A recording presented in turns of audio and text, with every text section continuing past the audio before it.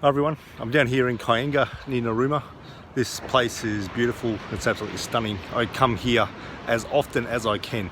It's a form of generosity to myself, it's a form of love to myself as well, to my life. I just love it here.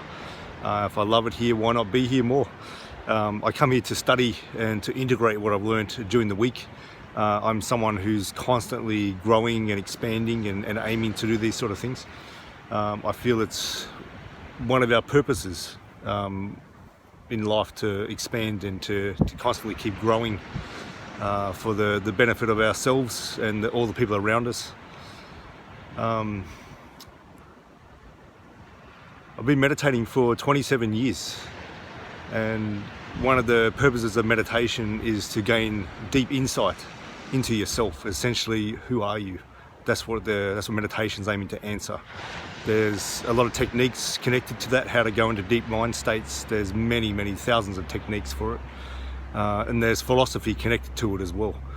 So meditation, one of the big things about it is to go to a place of stillness, complete stillness, and I go there when I meditate.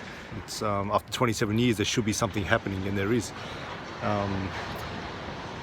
It's a still point where you feel you don't need to be anyone that you're not. It's okay to be any part of you that feels like it's unsettled. It's okay to be there. It's a form of peace. There's just a peace that shows up, and it's like as if you are that peace. And the deepest part of it, and I think the deepest part of meditation, is to open up a love like you would not believe. It's a love beyond people, beyond yourself. If that makes any sense. Very expansive. It's a love that the analytical mind just cannot comprehend. What I find though with stillness meditation is that you come back into life, you go into that space where everything's still, loving, everything's complete, any knot inside you can be undone.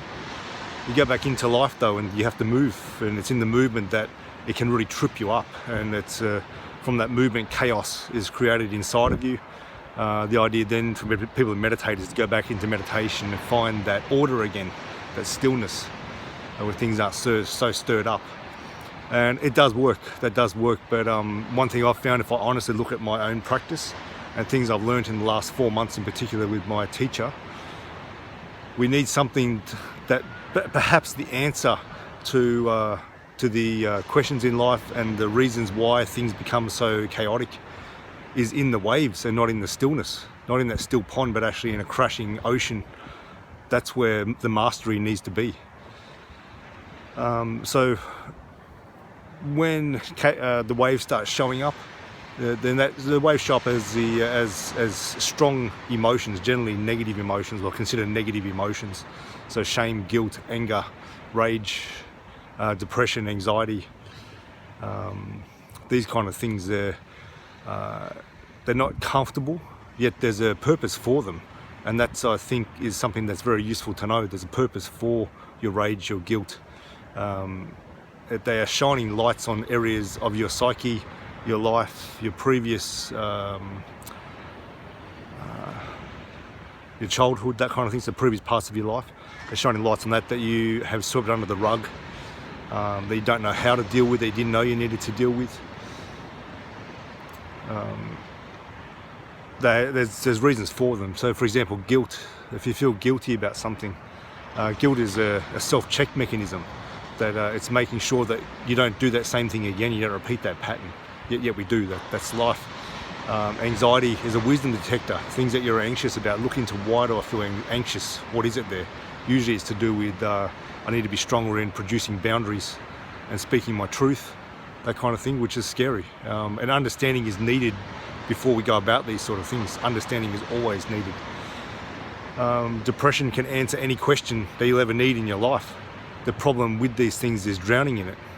Not drowning it, but actually using the energy of these emotions. So what if there were techniques that you could quickly make changes while you're going about your day in the movement where things erupt, become chaotic, that you can rebalance in 2 minutes? Not have to meditate for half an hour, or even 20 minutes.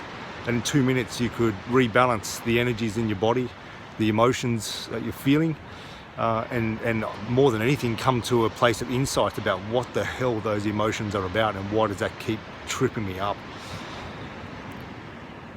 So my mentor, he's making a live event in the end of June. I can send more details about that. His name is Jason Irving. His wife Anya Irving is incredibly insightful as well. These people are what I consider masters of life, especially masters of emotion, and that's my term, not theirs. They would never say that about themselves. If you feel you're really drowning in life, especially in emotions, you don't understand what the hell the emotions that you're feeling are, you feel numb in your body, that you feel some kind of draw towards this. If you are someone who meditates a lot and still it's like the pieces aren't falling together yet, I highly recommend this live event. This man has some tools to help access deeper parts of yourself, and that's what it is. It's about accessing deeper parts of yourself and using your negative emotions, your life experience, no matter how shitty it is, as a form of intellectual property that you can use to create the loving and the good, the positive things in this world. And that really is special, to put those things in that perspective. I never want to get rid of my guilt, never want to get rid of my anxiety, my depression. I never want to get rid of those because they are so useful to me in my mission that I want to do in this world. It's a matter of understanding their place and using those energies and not drowning in them. Hope you're having a great day.